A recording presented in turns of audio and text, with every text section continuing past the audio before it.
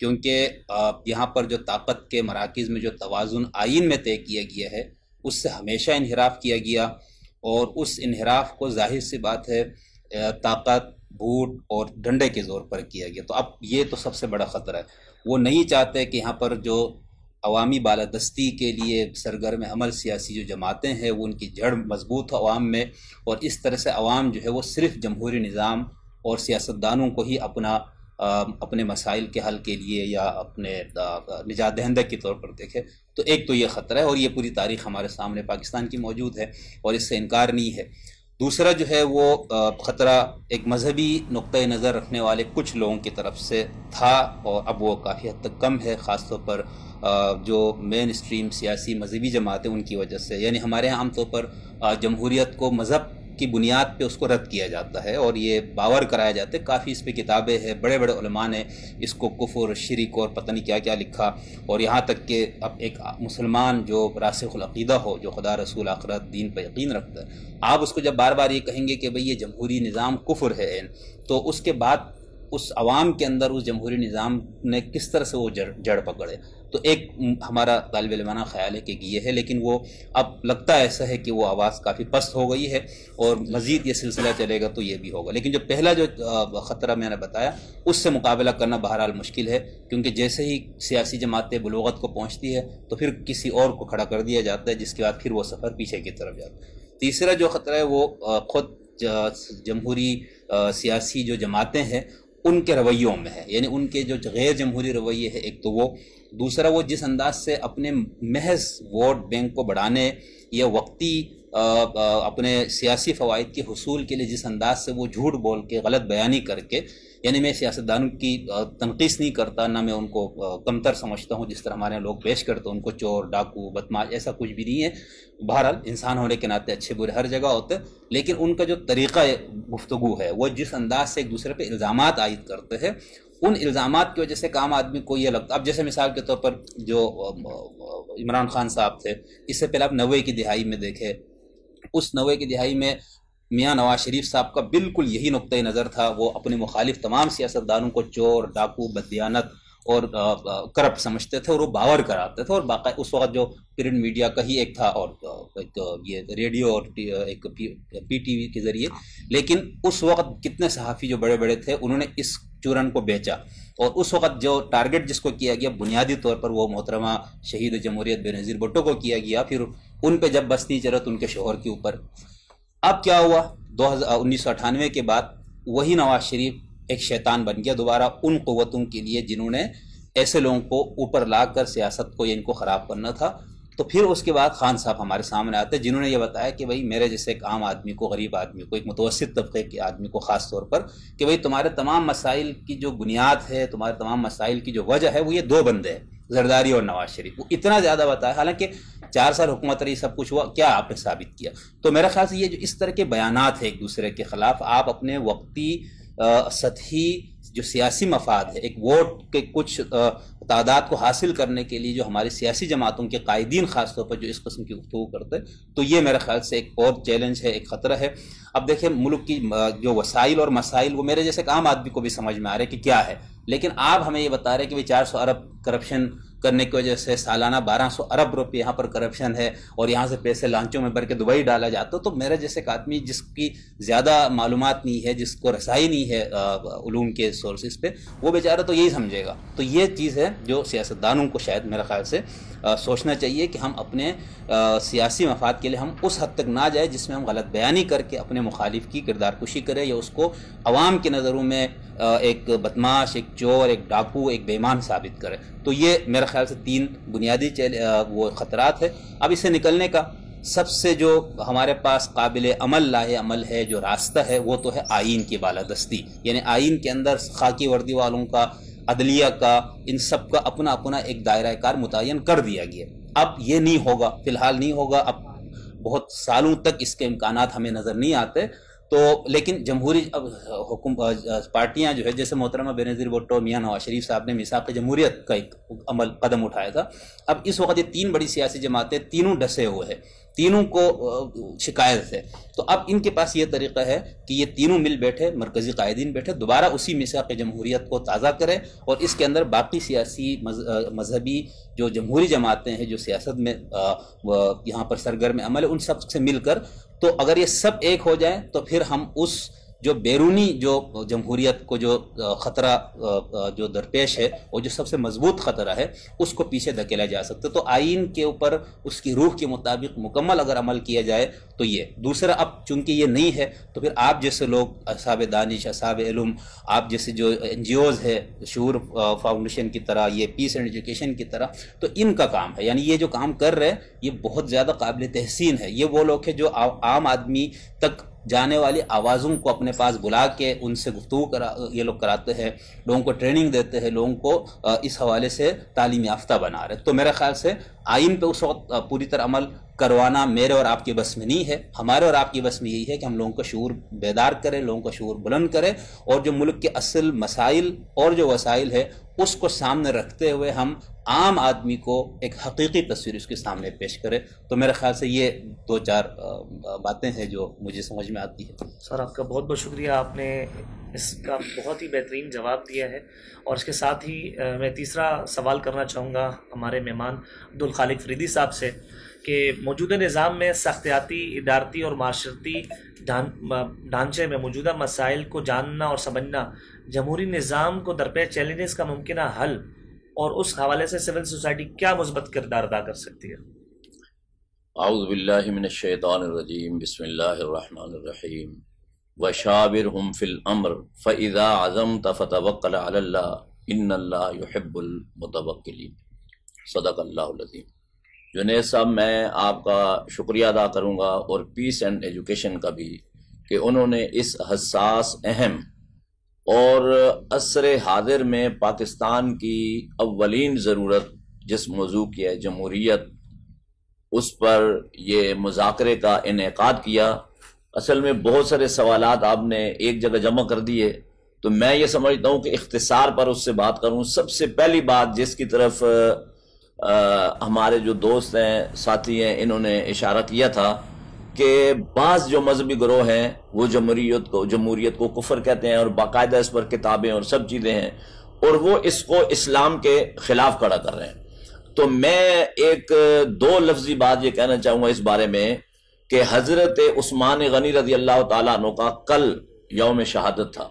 تو حضرت عثمان غنی رضی اللہ تعالیٰ عنہ جو خلیفہ بنے وہ جمہوری انداز میں بنے. حضرت عمر رضی اللہ تعالیٰ عنہ نے 6 بندوں کی کمیٹی بنائی تھی. 4 بندے دستبردار ہو گئے، 2 بندے باقی تھے، جن میں حضرت عثمان غنی رضی اللہ تعالیٰ عنہ اور حضرت علی رضی اللہ تعالیٰ عنہ تھے. حضرت عبد الرحمن بن عوف رضی اللہ تعالیٰ عنہ یہ انتخابی بورڈ کے چیئرمین تھے. تو جتنے بھی مستند مورخین ہیں اور سیرت نگار ہیں، انہوں نے یہ لکھا ہے کہ حضرت عبد الرحمن بن عوف رضی اللہ تعالیٰ عنہ نے مدینہ کے گلی کوچوں میں، مدینہ کی بستیوں میں باہر جا کر بڑوں سے، چھوٹوں سے، عورتوں سے، ایون کہ بچوں سے بھی سوال کیا کہ دونوں میں سے کس کو خلیفہ بنائیں. تو جو کثرت رائے تھی، کثرت رائے کے مطابق حضرت عثمان غنی رضی اللہ تعالیٰ عنہ کو خلیفہ بنایا گیا. تو میں یہ سمجھتا ہوں کہ یہ اس طرح کی بات کرنے والے لوگ جو وہ اہل علم نہیں ہیں، ان کو پیچھے سے پش کیا جاتا ہے، جو خلائی ہاتھ ہوتے ہیں اور جو نہ نظر آنے والے ہاتھ ہوتے ہیں. تو لہذا اس بحث کو ختم ہو جانا چاہیے کہ اسلام میں جمہوریت نہیں ہے. اپنا جمہوریت جو ہے یہ اسلام کی روح اور اس کی بنیاد ہے، اور طریقہ کار یہی ہے انتخاب کا.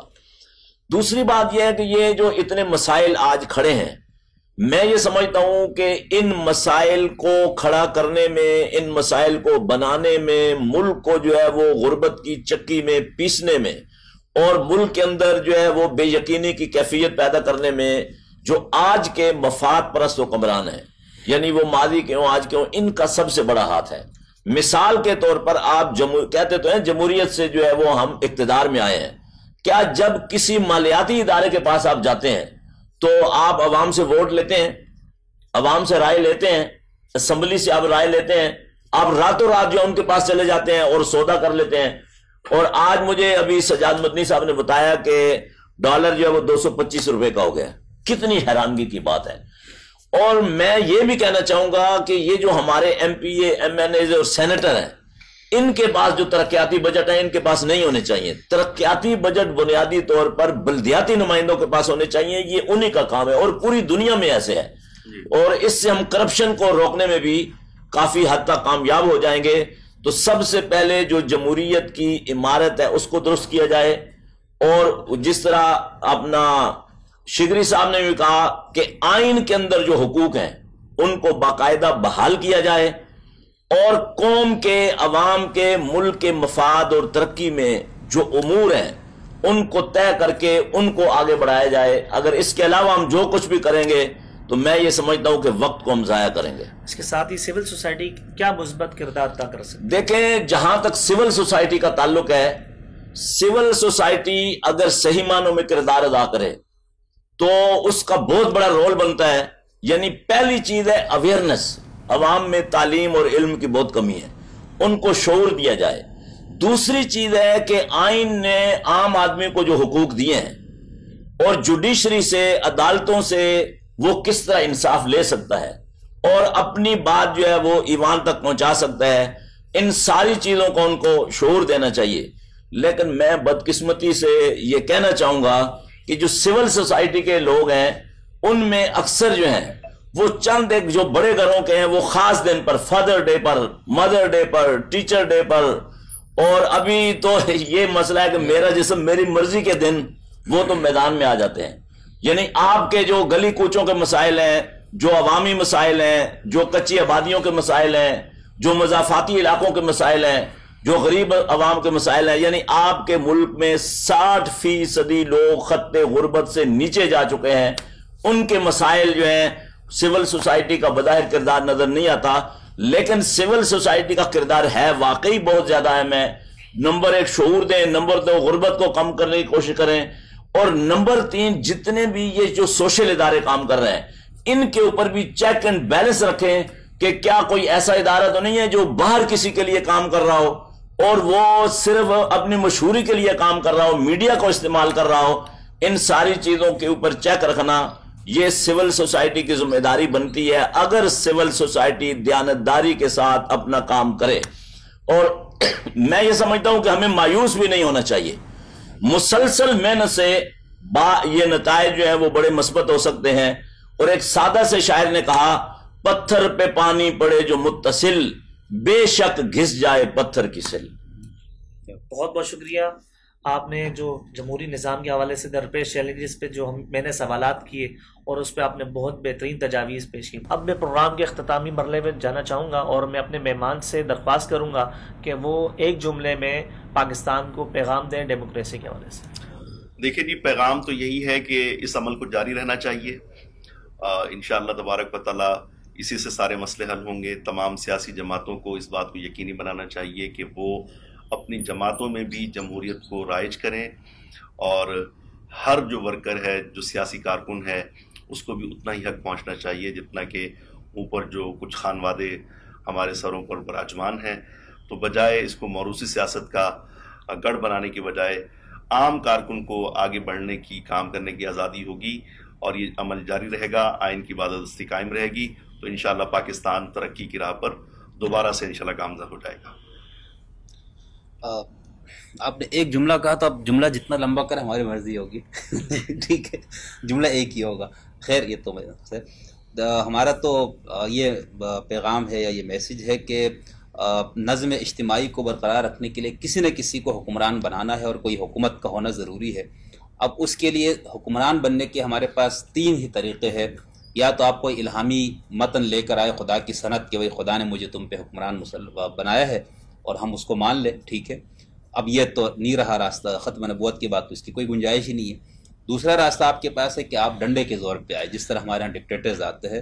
وہ آتا ہے، وہ پوری قوم کا ریپ کر کے آتا ہے، پوری قوم کے ساتھ اجتماعی زیادتی ہوتی ہے وہ آ کے اس قوم کے اوپر ان کی حق حکمرانی کو چھین کر وہ مسلط ہوتا ہے. تو یہ پوری قوم کی توہین ہے. اب ہمارے پاس ایک ہی راستہ تیسرا بچتا ہے، اور وہ راستہ ہے عوام کی مرضی سے ان کا حکمران آئے. اور اس کا فی الحال تک جو ارسطو سے لے کر آج تک کا اگر ہم پوری انسانی دانش کی تاریخ کو پڑھ لیں تو ہمارے پاس اس وقت صرف ایک ہی راستہ ہے اور ایک ہی نظام ہے جس کو ہم جمہوری نظام کہتے ہیں.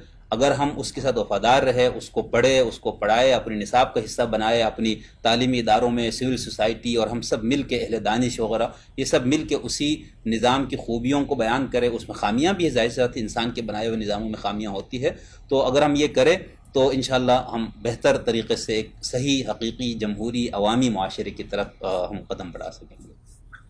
جی اب آپ سے میں یہ سمجھتا ہوں کہ جمہوریت کو پاکستان میں اس کے حقیقی وجود کے ساتھ بحال کرنے کی ضرورت ہے، اور اس کے ساتھ ساتھ جو جمہوری جماعتیں ہیں جو اقتدار کے حصول کے لیے جمہوریت کا پروپیگنڈا کرتی ہیں وہ اپنے اندر بھی جمہوریت کو رائج کریں، کیونکہ یہ بہت ساری پارٹیوں میں نسل در نسل جو باپ پھر بیٹا پھر بھائی پھر بھتیجا یہ جو سلسلہ جاری ہے اس کو ختم ہونا چاہیے۔ اور یہ جو بڑی سیاسی جماعتیں ہیں میں ان سے یہ بھی کہنا چاہوں گا کہ وہ اپنے ہاں جب کنونشنز کرتے ہیں تو ان کنونشنز میں جمہوریت کا جو حقیقی ایک میپ ہے، نقشہ ہے، اس سے قوم کو آگاہ کریں۔ اگر صحیح معنوں میں جمہوریت یہاں رائج ہو جائے اور بحال ہو جائے تو یہ جو ہمارے رونے ہیں یہ سارے کے سارے ختم ہو جائیں گے، اور جب تک جمہوریت اصل وجود کے ساتھ اس ملک میں بحال نہیں ہوگی اور سیاستدان بذات خود جمہوریت کے ساتھ مخلص نہیں ہوں گے تو میں یہ سمجھتا ہوں کہ قوم کو اس کے مسائل کا حل نہیں مل سکتا۔ میں تمام مہمانوں کا تہ دل سے شکریہ ادا کرتا ہوں کہ وہ تشریف لے کر آئے، اور اپنا بے حد خیال رکھیے گا۔ بہت شکریہ۔ اللہ حافظ۔